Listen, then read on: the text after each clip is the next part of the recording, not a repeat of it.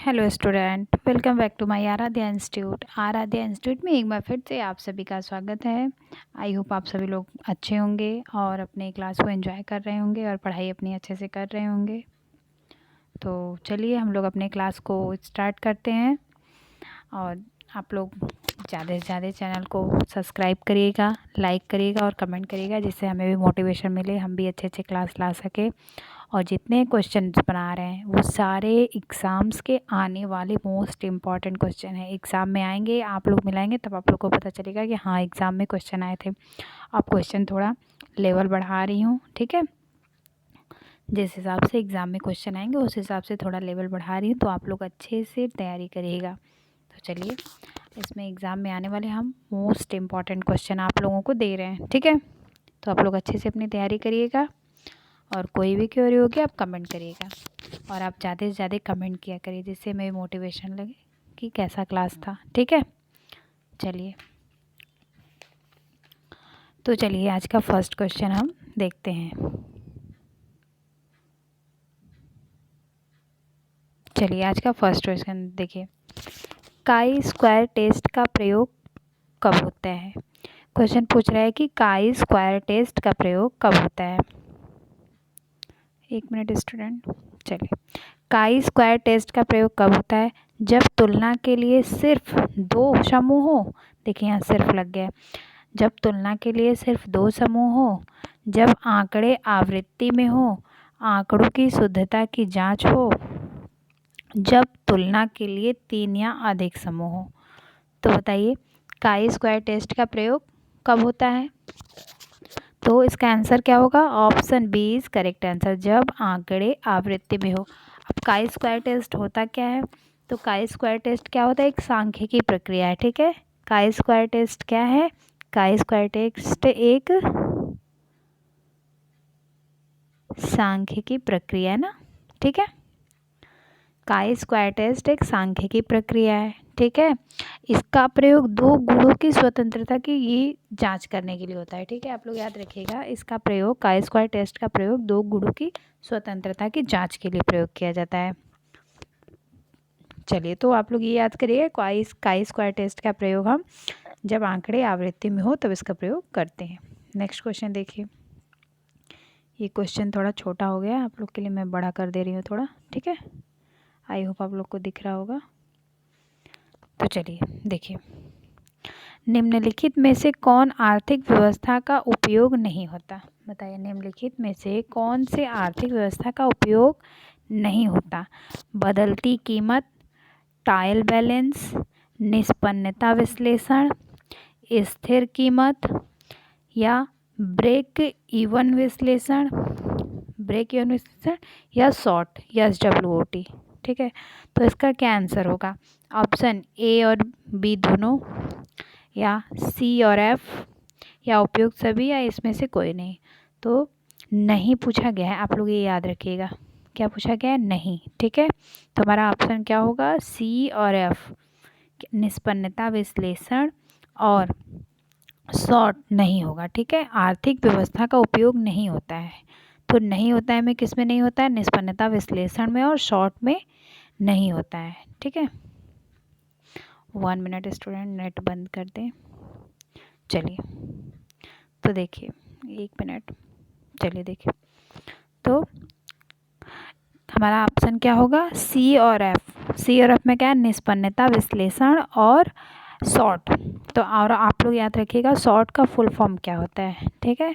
Short का full form भी आप लोग याद करिएगा, strength, weakness, opportunity and threats. Short का फुल फॉर्म एग्जाम में आता है, ठीक है। तो आप लोग याद रखिएगा शॉर्ट का फुल फॉर्म क्या है, strength, weakness, opportunity and threats, ठीक है। ये हो गया। और ये देखिए ट्रायल बैलेंस क्या होता है, आप लोग को ये भी पता होना चाहिए कि 1 लाइनर क्वेश्चन बन सकता है कि ट्रायल बैलेंस क्या है ना। ट्रायल बैलेंस क्या है, तो ट्रायल बैलेंस क्या होता है, एक वित्तीय रिपोर्ट होती है, ठीक है। इसका इस्तेमाल बही खाता में किया जाता है, ठीक है। इसका इस्तेमाल कहाँ किया जाता है, हम लोग बही खाता में किया करते हैं, और ये क्या है, वित्तीय रिपोर्ट है, ठीक है। चलिए, तो आई होप आप लोग को समझ में आएंगे। ये क्वेश्चन थोड़ा छोटा था क्योंकि बहुत बड़े थे क्वेश्चन ना, इसीलिए छोटा था। चलिए नेक्स्ट क्वेश्चन देखिए। तो इसका आंसर क्या होगा? तो इसका आंसर हो गया सी और एफ। ठीक है, चलिए नेक्स्ट क्वेश्चन देखिए। कृषि विज्ञान के फायदे हैं, तो बताइए कृषि विज्ञान जो होता है उसके क्या फ़ायदे हैं? कृषि विज्ञान के क्या फ़ायदे हैं? तो कृषि विज्ञान के फायदे सुरक्षित कार्य, कार्य कुशलता और उत्पादकता में बढ़ोतरी, आघातों कमी। जो कृषि में विज्ञान आया है, विज्ञान आया तो उससे क्या हमें फ़ायदे मिल रहे हैं? कार्य सुरक्षित कार्य हो रहा है, कार्य कुशलता और उत्पादकता बढ़ोतरी हो रही है, आघातों कमी हो रही है, तो क्या हो रहा है? तो हमारा उपयोग सभी, ऑप्शन डी होगा। ठीक है, जो कृषि विज्ञान है उसके फ़ायदे हमारे लिए क्या है? सुरक्षित कार्य भी हो रहे हैं, कार्य में कुशलता हो रही है, उसमें बढ़ोतरी हो रही है, उत्पादकता अच्छी हमारी हो रही है। ठीक है, और आघात जैसे चोट आघात, कोई इंजरी होने से हम लोग बच जा रहे हैं। ठीक है, तो इसी को ही कहते हैं कृषि विज्ञान। तो इसमें सभी आ जाएंगे, हमारे ऑप्शन डी इज करेक्ट होगा। नेक्स्ट क्वेश्चन देखिए। फलों को कृत्रिम रूप से पकाने के लिए कौन से रसायनों का उपयोग किया जाता है? तो बताइए फलों को कृत्रिम रूप से पकाने के लिए कौन से रसायनों का उपयोग किया जाता है? इथेनॉल, बेंजीन, कैल्शियम कार्बाइड या ए और सी? तो बताइए क्या होगा? ए और सी हमारा ऑप्शन होगा। इथेनॉल होगा और कैल्शियम कार्बाइड होगा। ठीक है, बेंजीन क्या है? भोज्य पदार्थों को संरक्षित करने का एक, ठीक है, इससे बेंजीन से हम क्या कहते हैं? भोज्य पदार्थों को संरक्षित करते हैं। ठीक है, आप लोग ये भी याद रखिएगा। इथेनॉल और कैल्शियम कार्बाइड से क्या होता है? फलों को पकाने का, ये रासायनिक तरीका है, हम फलों को पकाते हैं। ठीक है, कैल्शियम कार्बाइड तो सभी लोग जानते हैं, आप लोग इथेनॉल भी जान लीजिए कि फलों को पकाने का एक कृत्रिम तरीका है। और बेंजीन से भोज्य पदार्थों को हम संरक्षित करते हैं। ठीक है, चलिए नेक्स्ट क्वेश्चन देखिए। निम्नलिखित में से दृष्टि सामग्री है जिसे हम देख सकते हैं, जैसे विजुअल एड मान सकते हैं आप लोग। ठीक है, विजुअल एड, तो विजुअल एड क्या है? ब्लैक बोर्ड है, पोस्टर है, फ्लैश कार्ड है, उपयोग सभी। तो क्या है विजुअल एड? क्या है हमारा? ब्लैक बोर्ड भी विजुअल एड है, पोस्टर भी है, ब्लैक बोर्ड भी है और फ्लैश कार्ड, ये सब क्या है? हमारे विजुअल एड है, जिसे हम सिर्फ देख सकते हैं, इसे हम सुन नहीं सकते, बस इसे हम देख सकते हैं। ठीक है, तो ये हमारा क्या होगा? विजुअल एड होगा। जिसे हम देख और सुन दोनों सकते हैं वो ऑडियो विजुअल एड होता है। ठीक है, तो हम ब्लैक बोर्ड में भी सिर्फ देखते ही हैं, उसमें कुछ आवाज़ें तो आती नहीं है, पोस्टर भी देखते हैं, फ्लैश कार्ड भी देखते हैं ना, तो ये सब क्या हो गया? विजुअल एड हो गए। चलिए नेक्स्ट क्वेश्चन देखिए। सतत विकास लक्ष्य, जिसे SDG भी कहते हैं, क्या कहते हैं? SDG, SDG। ठीक है, SDG सतत विकास लक्ष्य निम्नलिखित में से किस वर्ष तक प्राप्त किए जाने का लक्ष्य है? तो बताइए सतत विकास लक्ष्य किस वर्ष तक प्राप्त किए जाने का लक्ष्य रखा गया था? 2020, 2030, 2040, 2050। तो 2030 तक हमारा लक्ष्य रखा गया था। ठीक है, SDG क्या है? सस्टेनेबल डेवलपमेंट गोल, इसका फुल फॉर्म भी आता है sustainable development goal.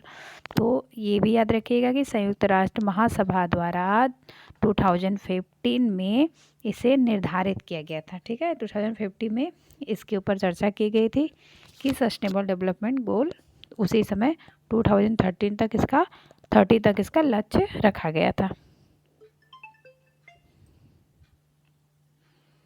1 minute student, ठीक है स्टूडेंट। चलिए, तो थोड़े कॉल आ रहे थे, चलिए देखिए। तो हमारा क्या होगा? हम लोग क्या पढ़ रहे थे?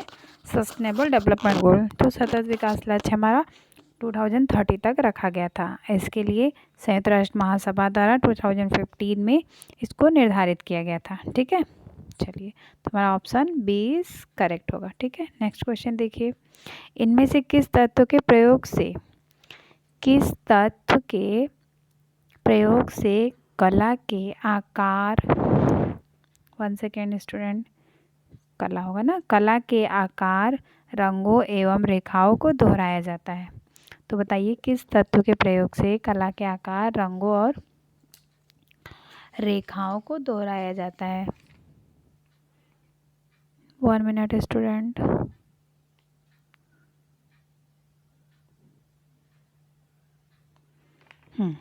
तो बताइए। चलिए, इनमें से किस तत्व के प्रयोग से कला के आकार, रंगों या रेखाओं को दोहराया जाता है? तो क्या होगा? महत्व होगा,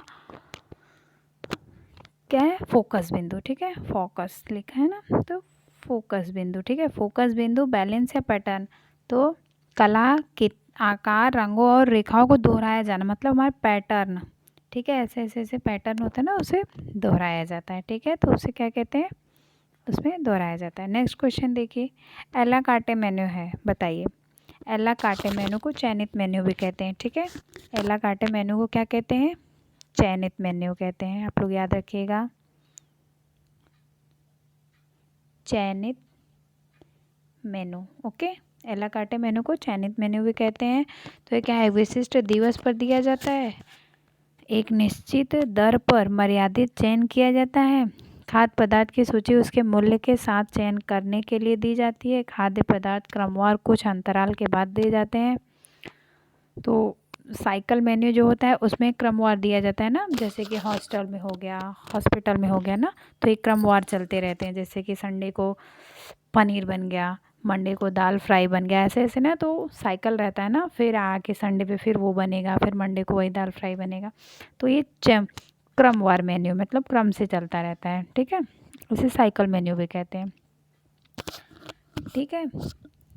तो हमारा क्या होगा, ऑप्शन सी इज करेक्ट होगा, खाद्य पदार्थ की सूची उसके मूल्य के साथ चयन करने के लिए दी जाती है ना, और उसमें मतलब खाद्य पदार्थ रहेगा, उसका मूल्य भी लिखा रहेगा। और आप जैसे आप लोग रेस्टोरेंट में जाते हैं ना, तो आप लोग को मेन्यू मिल जाता है, मेन्यू पे एक साइड मेन्यू लिखा रहता है, एक साइड फूड लिखा रहता है, एक साइड उसका मूल्य लिखा रहता है, तो आप लोग चयन करके लेते हैं ना कि हमें ये खाना है, बटर पनीर खाना है, तो ये खाना, तो आप लोग इस तरह से लेते हैं, तो चयन करके, तो ये हमारा क्या होगा, एला कार्टे मेनू है, इसे खाद्य पदार्थों की सूची उसके मूल्य के साथ चयन करके दी जाती है, ठीक है। आई होप आप लोग को समझ में आया होगा। नेक्स्ट क्वेश्चन देखिए, राष्ट्रीय विटामिन ए, राष्ट्रीय विटामिन ए रोग निरोधन, ठीक है, रोग निरोधन प्रोग्राम के घटक हैं, बताइए। रोग निरोध प्रोग्राम के घटक कौन से, राष्ट्रीय विटामिन ए रोग निरोध प्रोग्राम के घटक कौन से हैं, विटामिन ए की बड़ी मात्रा वितरित करना, खीस पिलाना, फलों एवं सब्जियों के उपयोग को प्रोत्साहित करना, या ए और सी, बताइए तो क्या होगा। तो खीस क्या होता है, आप लोग ये जानते हैं, खीस हमारा क्या होता है, कोलेस्ट्रम होता है, क्या होता है, कोलेस्ट्रम, जिसे गाढ़ा पीला दूध कहते हैं, ठीक है। प्रेगनेंसी के बाद जो 2 से 4 दिन का होता है उसे गाढ़ा पीला दूध कहते हैं, जिससे बच्चों को पोषण मिलता है और प्रतिरक्षा मिलता है, ठीक है, हर बीमारियों से बचाता है, तो उसे खीस को क्या कहते हैं, कोलेस्ट्रम, आप लोग याद करिएगा, ठीक है, कोलेस्ट्रम, ओके। चलिए, इसे खीस भी कहा जाता है, आप लोग याद कर लीजिएगा, क्योंकि एग्जाम में दे देता है ना। तो राष्ट्रीय विटामिन ए रोग निरोधन प्रोग्राम के घटक कौन से हैं, विटामिन ए की बड़ी मात्रा वितरित करना, ये भी है, और फलों एवं सब्जियों के उपयोग को प्रोत्साहित करना। तुम्हारा ऑप्शन क्या होगा, डी, ए और C correct option. Next question देखिए, महिला लिंग हार्मोन्स है, तो महिला लिंग हार्मोन्स कौन सा है, एस्ट्रोजन है, प्रोलैक्टिन है, सॉरी एंड्रोजन है, प्रोलैक्टिन है, एस्ट्रोजन है, ऑक्सीटोसिन है। तो महिला लिंग हार्मोन्स हमारा कौन सा है, तो महिला लिंग हार्मोन्स हमारा एस्ट्रोजन है, ठीक है, क्या है, एस्ट्रोजन। चलिए नेक्स्ट क्वेश्चन देखिए, खीस बहुत अच्छा है क्योंकि इसमें भरपूर प्रोटीन एवं होता है, तो देखिए खीस आ गया ना, कोलेस्ट्रम, खीस क्या है, कोलेस्ट्रम,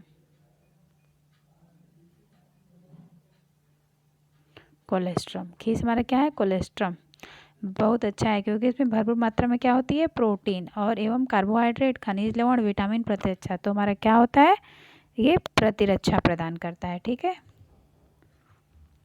नेक्स्ट क्वेश्चन देखिए, संगठन में पुनरावलोकन समितियां तथा निष्पन्नता मूल्यांकन उसके उदाहरण हैं, तो बताइए, संगठन में पुनरावलोकन समितियां तथा निष्पन्नता मूल्यांकन इसके उदाहरण हैं, आउटलाइन मूल्यांकन, आंतरिक मूल्यांकन, बाह्य मूल्यांकन, या समेटिव मूल्यांकन। तो क्या है, संगठन में पुनरावलोकन समितियां तथा निष्पन्नता मूल्यांकन आंतरिक मूल्यांकन के उदाहरण है, ठीक है, किस मूल्यांकन के उदाहरण है, आंतरिक मूल्यांकन के, आप लोग याद करिएगा। पुनरावलोकन मतलब क्या होता है, बार बार दोहराना, ठीक है, बार बार दोहराओ, पुनरावलोकन मतलब ये होता है ना, बार बार संगठन में पुनरावलोकन तो क्या होता है, आंतरिक मूल्यांकन होता है। हम लोग आंतरिक मूल्यांकन करते हैं ना, उसे कहते हैं। चलिए क्वेश्चन नंबर 13 देखिए आप लोग। होमोपॉलीसैकेराइड्स के अंतर्गत नहीं आते हैं, ठीक है, होमोपॉलीसैकेराइड्स के अंतर्गत नहीं आते हैं आप लोग। होमोपॉलीसैकेराइड्स, ये सैकेराइड्स हो, सैकेराइड्स के अंतर्गत नहीं आते हैं। सेलुलोज, स्टार्च, गम्स, ये सिर्फ गम्स है ना, गम्स या ग्लाइकोजन, तो होमोपॉलीसैकेराइड्स के अंतर्गत नहीं आते हैं। तो हमारा आप लोग जानते हैं सेलुलोज भी आता है, स्टार्च भी आता है, ग्लाइकोजन भी आता है, लेकिन हमारे क्या होता है, गम्स नहीं आते हैं। ऑप्शन सी इज करेक्ट होगा, ठीक है, ठीक है। तो इसमें क्या होता है, मोनोसैकेराइड्स, डाइसैकेराइड्स, पॉलीसैकेराइड्स होते हैं। तो मोनोसैकेराइड्स में 3 होते हैं, ग्लूकोज, फ्रक्टोज, गैलेक्टोज, आप लोग याद करिएगा। मोनोसैकेराइड्स में क्या होते हैं, ग्लूकोज होता है, फ्रक्टोज होता है और गैलेक्टोज। और डाइसैकेराइड्स में क्या होते हैं, SML, आप लोग शॉर्ट फॉर्म भी याद करते हैं, sucrose, maltose and lactose disaccharides होते हैं। और पॉलीसैकेराइड्स में ये सेलोज, स्टार्च, ग्लाइकोजन, ये सभी आते हैं ना पॉलीसैकेराइड्स में, तो ये सब है। तो आप लोग ऐसे भी निकाल सकते थे, जैसे मोनोसैकेराइड, डाइसैकेराइड और पॉलीसैकेराइड्स पता रहेगा, वो आराम से निकाल लेगा, इजी क्वेश्चन है, गम्स हमारा होता नहीं है, ठीक है। चलिए नेक्स्ट क्वेश्चन देखिए। कार्बोहाइड्रेट की अधिकता से होता है, तो कार्बोहाइड्रेट की अधिकता से क्या होता है, मधुमेह होता है। कार्बोहाइड्रेट की अधिकता से होता है क्या, मधुमेह, हृदय पक्षाघात, पाचन शक्ति तथा मसूड़े खराब, उपरोक्त सभी। तो हमारा कार्बोहाइड्रेट की जो अधिकता हो जाती है, इससे क्या होता है, कार्बोहाइड्रेट की जब अधिकता होने लगेगी तो हमारे शरीर में फैट बढ़ने लगेगा, ठीक है। फैट बढ़ता है तो बहुत ज़्यादा बीमारियां होती हैं, हृदय का पक्षाघात, हाइपरटेंशन हो जाता है, पाचन शक्ति भी खराब हो जाती है और मधुमेह जैसी बीमारियां हो जाती हैं, ठीक है। तो हमारा क्या होगा, उपयुक्त सभी, option D is correct answer है, ठीक है। नेक्स्ट क्वेश्चन देखिए। विकास का परिणाम होता है, विकास का क्या परिणाम होता है, विकास आनुवंशिक तथा वातावरण होती है, अधिगम तथा परिपक्वता, ये अधिगम है ना,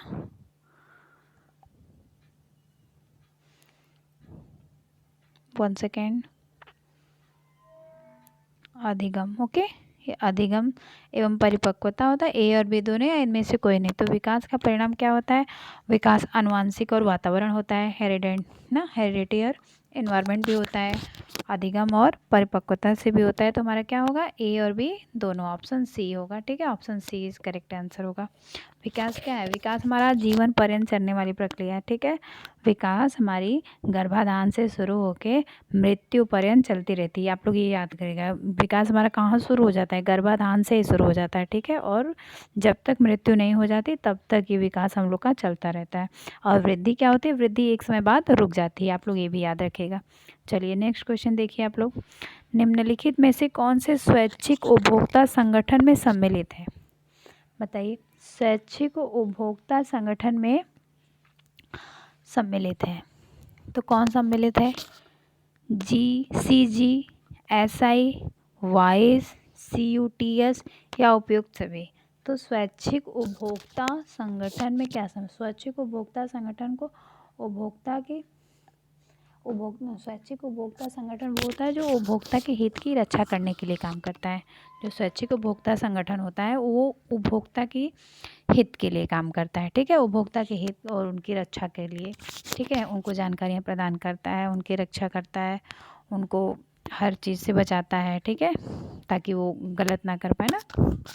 चलिए तो देखिए तो क्या होगा, CGSI, VOI, CE, CUTS, तो क्या होगा हमारा option D is correct answer होगा, ठीक है। तो CGSI का आप लोग फुल फॉर्म भी जान लीजिए। CGSI का फुल फॉर्म क्या होता है, CGSI का फुल फॉर्म होता है कंज्यूमर, लिख लीजिएगा, consumer guideline society of India. क्या होता है, consumer guideline society of India, ठीक है। एक बार और बोल दे रही हूँ, consumer guideline society of India, मैं लिख नहीं रही हूँ, आप लोग लिख लीजिएगा, ठीक है। और वाइस का फुल फॉर्म भी आप लोग लिख लीजिएगा। वाइस का फुल फॉर्म मैं धीरे धीरे बोल रही हूँ, फिर बाद में आप लोग वीडियो पॉज करके आराम से लिख लीजिएगा। वाइस का full form voluntary organisation, consumer education. Voluntary organisation, consumer and education. ठीक है, वॉइस का फुल फॉर्म हो गया। और CUTS का फुल फॉर्म लिख लीजिए, CUT का फुल फॉर्म लिख दीजिए, उपभोक्ता एक्ट ट्रस्ट सोसाइटी। CUT का फुल फॉर्म क्या है? उपभोक्ता एक्ट ट्रस्ट सोसाइटी, मतलब कंज्यूमर एक्ट ट्रस्ट सोसाइटी। ठीक है, चलिए नेक्स्ट क्वेश्चन देखिए। आप लोग को अगर नहीं समझ आएगा तो आप लोग वीडियो रोक लीजिएगा, उसके बाद आप लोग आराम से लिख लीजिएगा। और इसका full form one liner question में पूछता है, तो इसलिए आप लोग ज़रूर से लिख लीजिएगा और इसको 2-4 बार रिवाइज कर लेंगे तो आप लोग आ जाएगा। ठीक है, चलिए क्वेश्चन नंबर 17 देखिए। प्रबंधन का सिस्टम उपागम, सिस्टम को अन्य से पृथक करने वाला एक क्षेत्र इंगित करें। बताइए, प्रबंधन का सिस्टम उपागम में एक सिस्टम को अन्य से पृथक करने वाला क्षेत्र इंगित करें। ये सब टफ क्वेश्चन है, ये सब एग्जाम में ज़रूर आएंगे, आप लोग ज़रूर से पढ़ेगा। ठीक है, और TGT PGT मोस्ट इंपॉर्टेंट ये सब क्वेश्चन है, और आप लोग टफ देख के भागना नहीं। ठीक है, क्योंकि एग्ज़ाम में सीटें बहुत कम है, तो इसलिए टफ क्वेश्चन आने ही आने हैं। ठीक है, कम से कम 20 से 30 क्वेश्चन टफ आएंगे, इसी में सिलेक्शन आप लोग का हो सकता है और नहीं हो सकता है। ठीक है, तो इसलिए आप लोग को टफ क्वेश्चन थोड़ा करना ही पड़ेगा। इजी क्वेश्चंस बहुत नहीं आएंगे, इजी क्वेश्चंस भी आएंगे, लेकिन टफ क्वेश्चन, इजी क्वेश्चन तो हर लोग कर लेंगे, टफ क्वेश्चन में ही सबका सिलेक्शन होता है, तो आप लोग इसलिए टफ क्वेश्चन भी करिएगा। ठीक है, तो चलिए, प्रबंधन का सिस्टम उपागम में एक सिस्टम को अन्य से पृथक करने वाला क्षेत्र कौन सा होता है? तो बताइए कौन सा होता है? सीमा होता है, मिलन बिंदु होता है, एक्सचेंजर होता है, डिवाइड होता है। तो प्रबंधन का सिस्टम उपागम में एक सिस्टम को अन्य से पृथक करने वाला क्षेत्र जो होता है उसे सीमा कहते हैं। क्या कहते हैं? सीमा कहते हैं। Okay, option A is correct answer है। ठीक है, चलिए नेक्स्ट क्वेश्चन देखिए। निम्नलिखित में से कौन आकलन प्रचलन क्रिया द्वारा एक ही समय पर सैकड़ों परिधान तैयार कर सकता है? तो बताइए कौन सा ऐसा आकलन है, कौन सा ऐसा वो है जिससे हम एक ही समय पर सैकड़ों परिधान तैयार कर सकते हैं? सैकड़ों परिधान हम किससे तैयार कर सकते हैं बताइए? तो कैरोजल जीन्स फिनिशर होता है, carousel jeans finisher, steam dolly, tunnel finisher, suction counter table. तो हमारा ऑप्शन क्या होगा? Option C is correct answer, tunnel finisher. Tunnel finisher से ही हम एक ही समय में सैकड़ों परिधान को तैयार कर सकते हैं, ये मशीन द्वारा किया जाता है। ठीक है, टनल फिनिशर इसका नाम है, जिससे हम, आप लोग याद रखिएगा कि टनल फिनिशर वो है जिससे हम एक ही समय में सैकड़ों परिधान मतलब सैकड़ों वस्त्र को हम लोग तैयार कर सकते हैं, इसका नाम आप लोग याद रखिएगा। चलिए नेक्स्ट क्वेश्चन देखिए। सामाजिक अनुसंधान के समय ही विभिन्न चरणों में क्रमबद्ध विधि द्वारा किसी विशिष्ट घटना का विवरण प्रस्तुत करता है, निर्णय करता है, प्रसार शिक्षक करता है, या सर्वेक्षण करता है, या मूल्य करता है? ठीक है, बताइए। मूल्य है ये। ठीक है, तो बताइए क्या होगा? देखिए क्वेश्चन समझिए। सामाजिक अनुसंधान के समान ही विशिष्ट चरणों के क्रमबद्ध विधि द्वारा किसी विशिष्ट घटना का विवरण कैसे प्रस्तुत करेंगे? सर्वेक्षण द्वारा। जब हम सर्वेक्षण करते हैं तो उसके द्वारा हम जहाँ की जिस क्षेत्र की जो घटना रहती है उसके बारे हम विशिष्ट विवरण प्राप्त करते हैं। जब आप सर्वेक्षण किसी चीज़ का तब करेंगे तभी आपको उस पर्टिकुलर जगह के बारे में, उस घटना के बारे में आपको पता चलेगा कि वहाँ क्या प्रॉब्लम है, तो उसके बारे में सर्वेक्षण से ही आप उस घटना के बारे में पता कर पाएंगे। ठीक है, निर्णय से हमारा पता चलेगा नहीं, प्रसार शिक्षक द्वारा ये भी नहीं पता चलेगा, मूल्य द्वारा भी नहीं पता चलेगा। चलिए नेक्स्ट क्वेश्चन देखिए। मानव भ्रूण की समय अवधि क्या होती है? तो बताइए 2 से 4 सप्ताह, 1 से 8 सप्ताह, 2 से 8 सप्ताह या 2 से 6 सप्ताह। तो मानव भ्रूण की समयावधि क्या होती है? तो मानव जो भ्रूण होता है उसकी समयावधि क्या होती है? 2 से 8 सप्ताह होती है। ठीक है, कितनी होती है? 2 से 8 सप्ताह। Option C is correct answer है। ठीक है, मानव भ्रूण की समयावधि क्या होती है? 2 से 8 सप्ताह तक होता है। नेक्स्ट क्वेश्चन देखिए, बच्चों में भाषा विकास को किसके माध्यम से बढ़ावा दिया जाता है? बच्चों में जो भाषा विकास होता है उसको किसके माध्यम से बढ़ावा दे सकते हैं?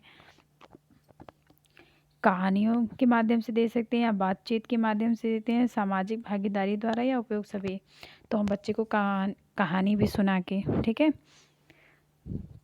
बच्चों को कहानी सुना के भी हम उसका भाषा विकास कर सकते हैं। बातचीत माने डिबेट करके, क्वेश्चन आंसर जैसे कुछ पूछ के, अच्छी अच्छी चीज़ें, सामाजिक भागीदारी द्वारा भी हम बच्चों में भाषा विकास को डेवलप कर सकते हैं। ठीक है, तो हमारा option D is correct answer, option D होगा। ठीक है, बच्चों में भाषा के विकास को हम आजकल कहानियाँ बच्चों को खेल खेल में जैसे कहानियों के माध्यम से हम उनको बताते हैं, समझाते हैं और उनसे बातचीत करके भी। ठीक है, चलिए नेक्स्ट क्वेश्चन देखिए, शिक्षक मानसिक रूप से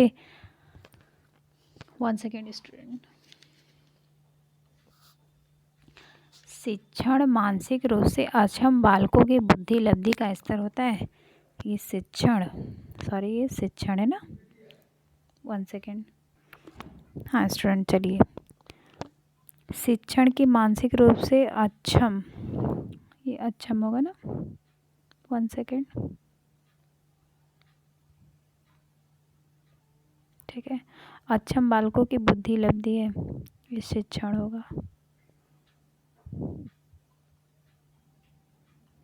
चलिए, शिक्षण मानसिक रूप से अक्षम बालकों की बुद्धि लब्धि का स्तर होता है, स्तर होता है 0 से 25, 50 से 75, 25 से 50 या 75 से 100 होता है।